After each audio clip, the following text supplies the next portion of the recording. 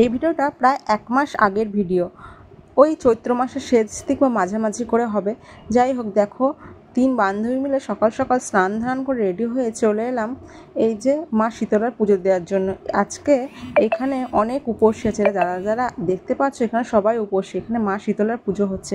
আমি কিন্তু উপোস ছিলাম না, কিন্তু আমি সকাল দিয়ে কিছু না খেয়ে স্নান ধান করে গিয়েছিলাম, কিন্তু আমি পুজো করিনি। আমার যে বান্ধবীটাকে দেখতে পেলে সাদা রঙের শাড়ি পরা, ও পুজো করেছিল। আরেকজন যে ছিল সেও পুজো করেনি। যাই হোক, এই যে দেখো যারা পুজো করছেন তারা এসে এই গাছের নিচে ধূপকাঠি দেখাচ্ছেন, ধূপ দিচ্ছেন আর মাকে সিঁদুর পরাচ্ছেন।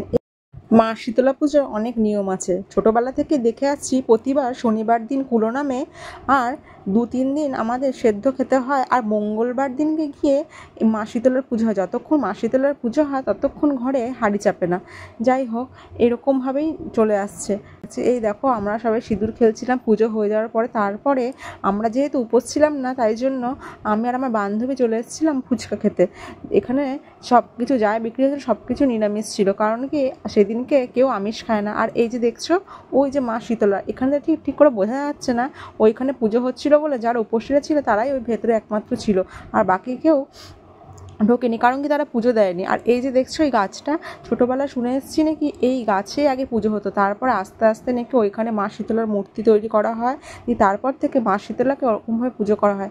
যাই হোক, এই দেখো আমরা চলে এসেছিলাম বাড়িতে। আর বাড়িতে মানে আমাদের যেহেতু বাড়ির কাছে, সেহেতু একবার করে যাচ্ছিলাম আর একবার করে আসছিলাম। ওই যে মা আর একটা মাসি, ওরাও বেরিয়ে পড়লো রেডি হয়ে। দিয়ে আমাকে বলছিল একটু ছবি তোলা, তাই ছবি তুলে দিচ্ছিলাম। তারপরে দেখো এই বান্ধবীর সঙ্গে চলে এসেছিলাম কুলফি খেতে।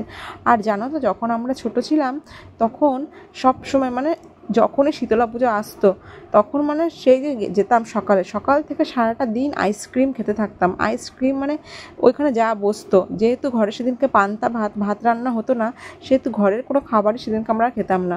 ওই সারাদিন শীতলতলা থাকতাম, আর সারাদিন ধরেই পুজো হয়। প্রায় ওই 11টা নাগাদ থেকে প্রায় 3টে-4টে অবধি পুজো হয়। দিয়ে তারপরে সবাই যে যার প্রসাদ খায় বা প্রসাদ নিয়ে যায়। ওরকম খাওয়ার পর চলে এলাম পাপড়ি চাট খেতে। এই যে পাপড়ি চাট, কাকু পাপড়ি চাট বানাচ্ছে।